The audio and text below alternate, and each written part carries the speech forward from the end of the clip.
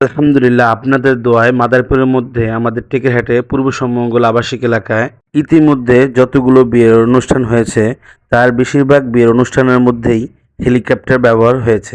আর বলেন তো হেলিকপ্টার ব্যবহার হবেই না বা কেন? কারণ এখানে প্রতি ১০ ঘরের মধ্যে কমসে কম ৬ থেকে ৭টা ঘরের মানুষ ইতালিতে বসবাস করে। আর এই কারণেই মাদারীপুরকে বর্তমানে বলা হয় ইতালির দ্বিতীয় কান্ট্রি।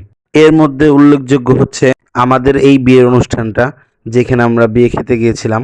এমনকি এই বংশের বড় ছেলে আকাশ শেখ, ও শুধু আমার চাচাতো ভাই না, ও আমার একটা বন্ধু, এবং ও বর্তমানে ইতালিতে অবস্থান করতেছে। সবাই ওর জন্য দোয়া করবেন। আর একটা ব্যাপার হচ্ছে, যে ছেলে আমাদের এই বাড়িতে বিয়ে করতেছে ও বর্তমানে ইতালিতে সেটেল।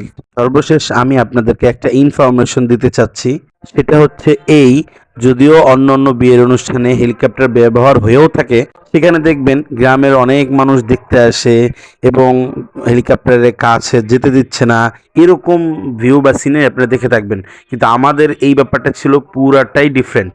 এইটার দুইটা কারণ ছিল। প্রথম কারণ হচ্ছে, এই হেলিকপ্টারের ব্যাপারটা আমাদের এখানে অ্যাজ ইউজুয়াল নর্মাল হয়ে গেছে।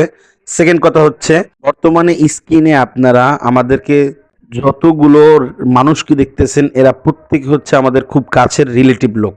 একদম আপন লোক বলতে যারা বোঝায় তারাই।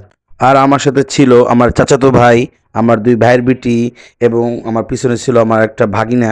আমরা সবাই এখানে খুব ভালো একটা সময় কাটালাম এবং সমস্ত আত্মীয়দের সাথে দেখাশোনা কথাবার্তা শেষ করলাম। এবং যাওয়ার প্রতিমধ্যেও অনেক রিলেটিভ পরিচিত আত্মীয় স্বজনদের সাথে কথা হচ্ছিল, দেখা হচ্ছিল, এবং তাদের সাথে ভালো মন্দ কথোপকথন বিনিময় করলাম। এবং সর্বশেষ সবকিছু আলহামদুলিল্লাহ। সবাই আমার জন্য দোয়া করবেন। সবাই ভালো থাকবেন। আসসালামু আলাইকুম।